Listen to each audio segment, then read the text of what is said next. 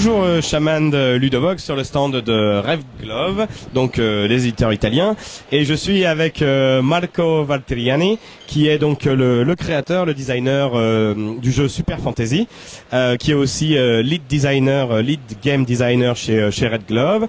Donc là, nous allons parler de Super Fantasy 2, et voilà.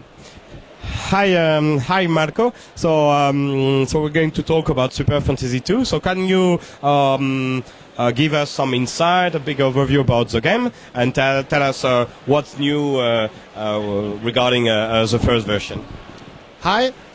The game uses the same system of the previous chapter, Ugly Snouts Assault.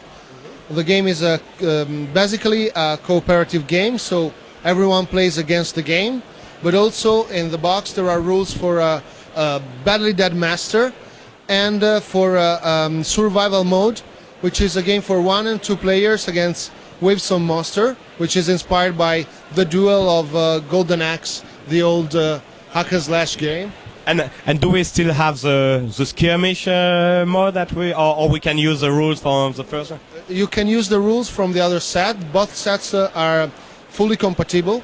You can play this with the other characters and vice versa, and also you can use both the rules set of rules.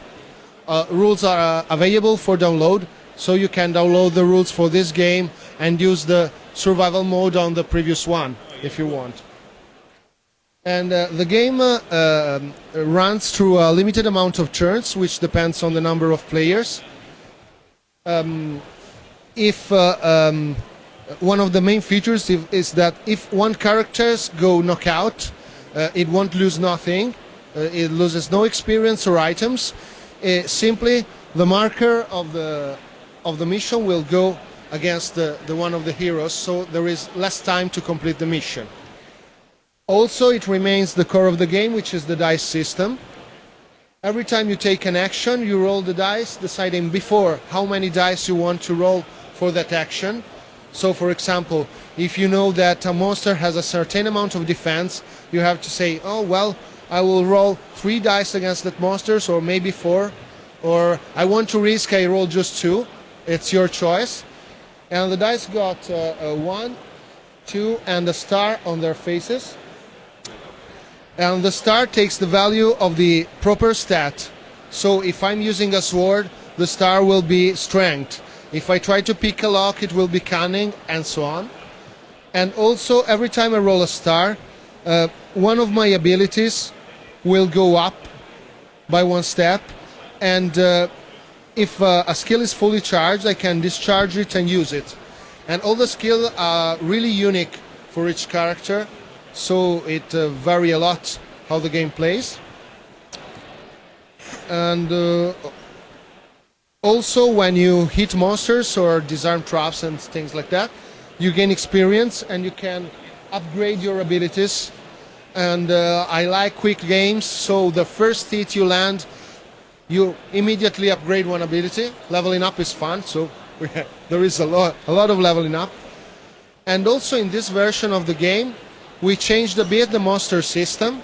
Monsters spawn from graves, and you can make rolls to close the graves and prevent monsters from coming out, and also from coffins. And there is a system in the epic mode, which is the most difficult one, to randomize the ability of the monsters. It's an idea taken by the Diablo series, and this game is quite a parody of the Diablo series. So you can have archers that spit venom and throw knives, and you will never play the same mission twice, because randomizing monsters adds a lot to the gameplay. Okay, that's very interesting. Quite some improvements. Not only a second story, but also some new mechanisms. So, okay. And what about the new heroes? So can you tell us a bit about the new one? Yeah. What do we have? Okay, the setting of the game is quite unique, because we have an army led by King Skullcleaver, which is a great king from the past that died by falling from the back of a donkey he mounted by mistake. So he's back from the dead because he's dead in a bad way and he wants to die better. The heroes are here to help him, basically.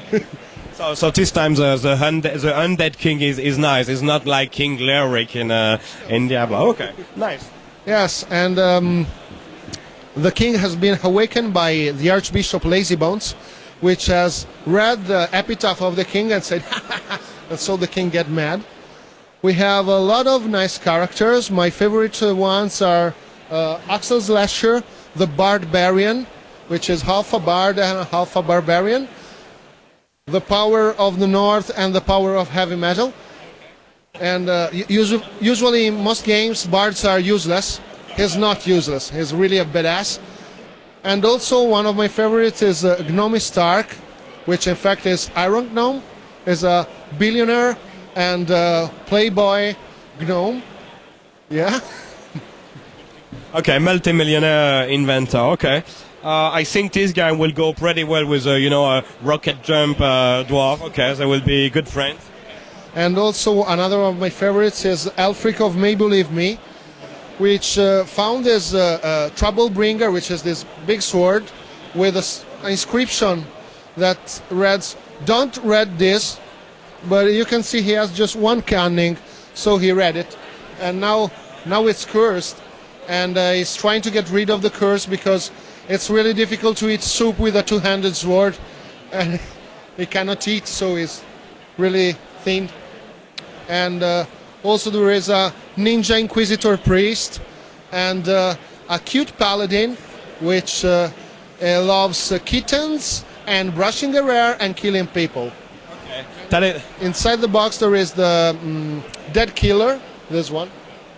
Okay.